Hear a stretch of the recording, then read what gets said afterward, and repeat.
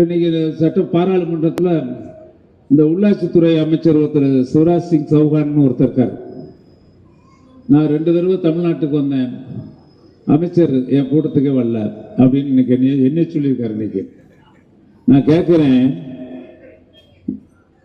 வான் உயரத்திற்கு வள்ளுவனுக்கு சிலை வைத்து வெள்ளி விழாவை கொண்டாடுகின்ற அந்த நிகழ்ச்சியில் நம்முடைய மாண்புமிகு முதல்வர் அவர்கள் அங்கே கலந்து கொண்டு வெள்ளி விழா கொண்டாட்டம் சிறப்பாக குமரி முனையிலே நடக்கிறது. அமைச்சர்கள் அனைவரும் அங்கே இருக்கிறோம். இவர் திடீரென்று அந்த விழா அன்னைக்கு இங்கே வரணும், சென்னைக்கு வரணும்னா எங்களுக்கு எப்படி தெரியும்?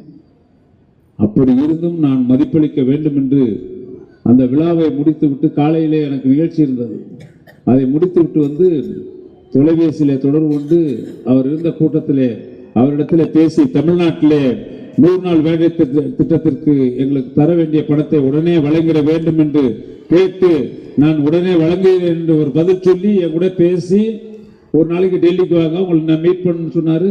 ரொம்ப கார்டியலா பேசினாரு, ரொம்ப சந்தோஷமா பேசினாரு. எதனால என்ன மறந்துட்டாரான்னு தெரியல, பேசுனது ஏதோ மறந்துட்டார். பார்லிமெண்ட்ல ஏதோ ஒரு யாருமே நிதானமா இல்ல அவளுது. எனக்கு பார்க்க பிஜேபியினுடைய மந்திரிகள் உறுப்பினர்கள் யாருமே நிதானமா இருக்கிறதா தெரியல. பாராளுமன்றத்தில் ஒருவேளைக்கு ஆட்சி கட்சி கவுந்தர போதுன்னு ஏதோ எண்ணத்துல இருக்காங்களே. ஏன்னா 240 தானே இருக்கு, 240 தானே. You are minority government, we are majority government. Thalapathy government majority, you are minority. கவுந்தரம் நினைக்கிறாங்க. அந்த பதட்டம் தான் இப்ப அதிகமாயிருக்கு பிஜேபிக்கு. எந்த நேரத்தில் போகுமோ, நாளைக்கு பீகார் எலெக்ஷன் நடக்க போகுது, நிதிஷ்குமார் அங்க நிக்கிறாரு. நிதிஷ்குமாரும் லல்லு பிரசாத் யாதவும் கூட்டணி வச்சு ஆட்சிக்கு வந்துட்டா நம்ம கொடுக்குற வாபஸ் ஆதரவு, அவங்க கொடுக்குற அந்த ஆதரவு வாபஸ் வாங்கிட்டா ஆட்சி கவுந்தாலும் கவுந்துரும். அந்த பயம் இருக்கு. எப்ப ஆட்சி கவுளுங்கிற பயம்.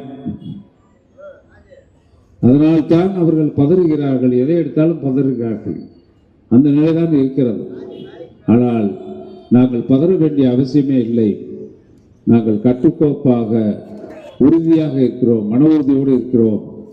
மொழியை காப்போம், இடஒதுக்கீடை நாங்கள் விட்டுக் கொடுக்க மாட்டோம்.